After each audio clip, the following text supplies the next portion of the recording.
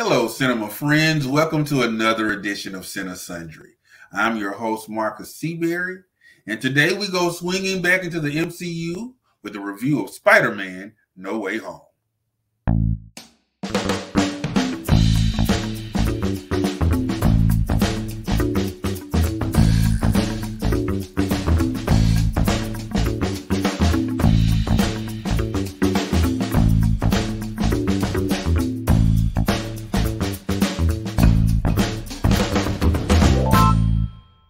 Before we get into our review of Spider-Man: No Way Home, I want to remind you about our rating system.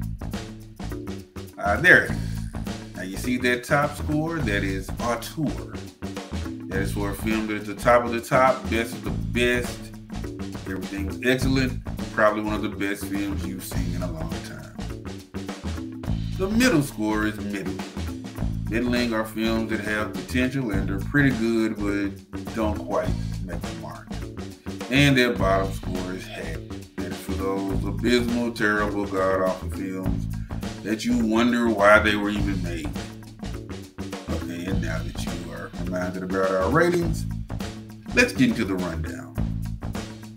Spider-Man: No Way Home picks up right where Spider-Man: Far From Home ended. Peter Parker's secret identity as Spider-Man has been exposed to the world. Pretty much has no life. He's under constant scrutiny. It's terrible for him and his friends and family. So he goes to Doctor Strange for a magical duo. And there are consequences, and it doesn't quite go the way it should. And now let's talk about script and acting. This script is great. It may be the best superhero movie script I've ever witnessed in my life. And that is no hyperbole. There's just everything in this script. There's high moments, low moments. There's twists, turns, surprises. Again, this script literally has everything, and it works. And now let's talk about this amazing cast. First up, of course, Tom Holland.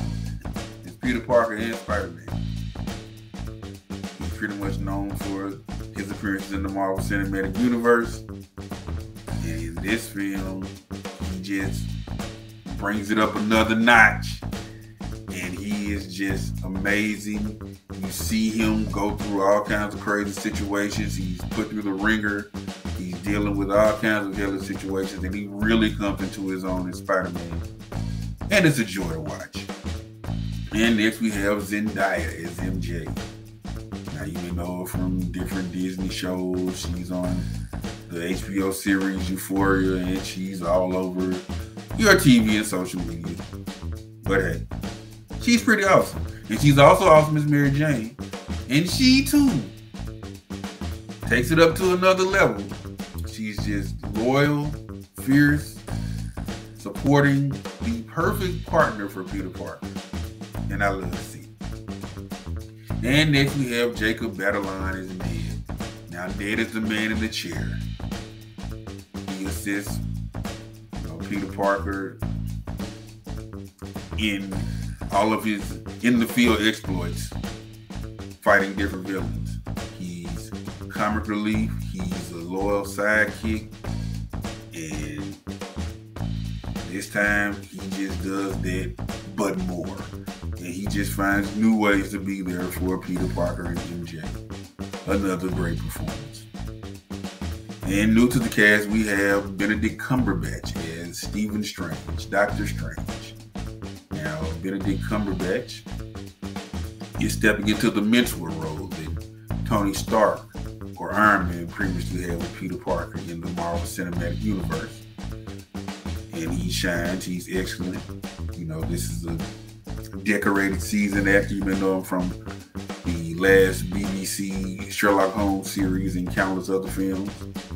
He perfectly conveys the gruff, stern, and sarcastic mentor role, but you also see that he genuinely cares for Peter Parker.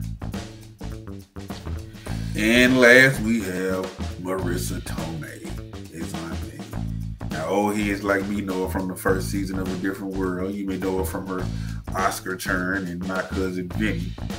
And another just great, talented Academy Award winning actor, and she just brings Aunt May to life. She's loving, caring, supporting, and just very involved in Peter Parker's life. And I love the fact that in these movies they decided to go the route of having Aunt May know who Peter Parker is. Because in the comic books, Aunt May is much older and she just words a lot, tells Peter Parker to eat his vegetables and be a good human, and he gets old fast. This is a younger, hipper Aunt May, and it was desperately needed. And now let's talk about director's technique. The director's named John Watts. He has directed all of the other Tom Holland Spider-Man films. And once again, it's just him taking things to another level. It felt like everything hit harder in this movie. The action scenes were bigger, the stakes were higher, the risks were greater. I mean, it was just a fun ride.